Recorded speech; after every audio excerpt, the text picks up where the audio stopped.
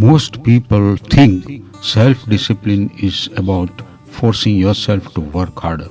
But the truth is, self-discipline is often just learning how to stop betraying yourself.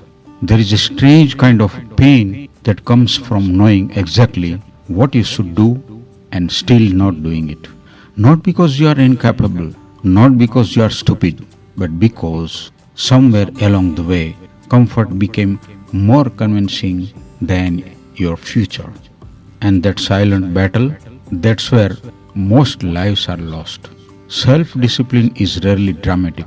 It's not the motivational speech. It's not the loud declaration on social media. It's not waking up one morning suddenly transformed into machine of productivity. No. Self discipline is painfully quiet. It's the moment you close the app even when your mind wants stimulation.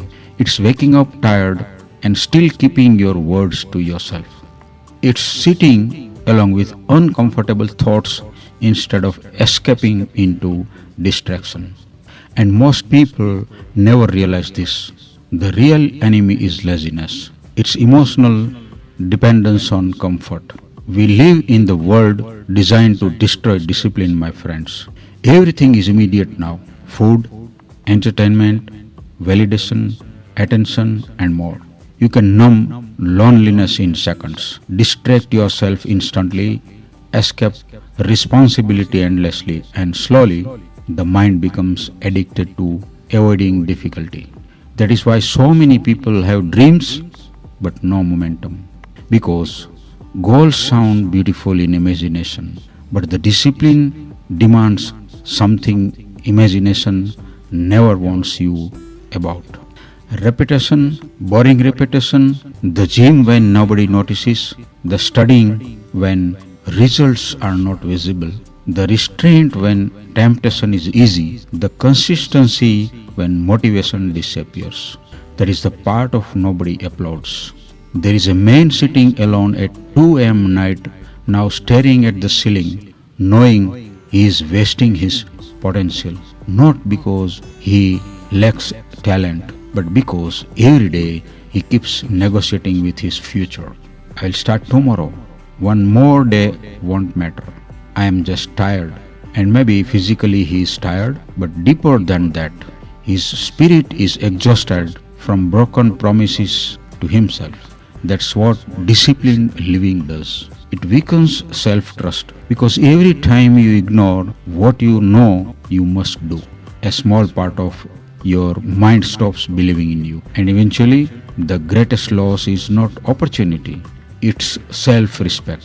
People think discipline is punishment, but real discipline is actually self-love in its most mature form, because discipline says, I care about future enough to disappoint my present impulses. That is powerful, especially in generation trained to obey emotions instantly. The disciplined person understands something most people never learn. Feelings are temporary, consequences are lasting, so they act based on values, not moods, and that changes everything. One day you realize something terrifying. Your life is not controlled by your intentions. It's controlled by your habits, the small repeated decisions, the invisible routines, the private behaviors nobody sees. That's what creates destiny. Not motivation, not talent, not intelligence, because talent without discipline eventually destroys itself. And maybe the hardest truth of all is this: nobody is coming to save you, no perfect moment, no magical burst of motivation, no sudden transformation. Your future is built in extremely ordinary moments. The moment you choose focus over distractions, the moment you stay consistent after failure, the moment you continue despite not feeling confident, that is where identity changes, quietly, slowly, permanently. At the end of life, people rarely regret the risk they took. They repeat the person they could have become if they had learned how to control themselves. Because self-discipline is not really about achievement, it is about freedom. Freedom from impulsiveness, freedom from regrets, freedom from becoming controlled by every temporary emotion that enters your mind. And maybe true strength is this: to wake up every day and continue building a life your future self will thank you for, even when nobody is watching. Because in the end, the person who masters himself can never truly be defeated. Remember, self discipline is the ability to choose your future over your feelings. Every broken promises to yourself weakens your self respect. Comfort is expensive, it quietly steals potential. Your life is shaped less by your goals and more by your daily decisions. The hardest person to lead is yourself, and that's why discipline changes everything. All the best.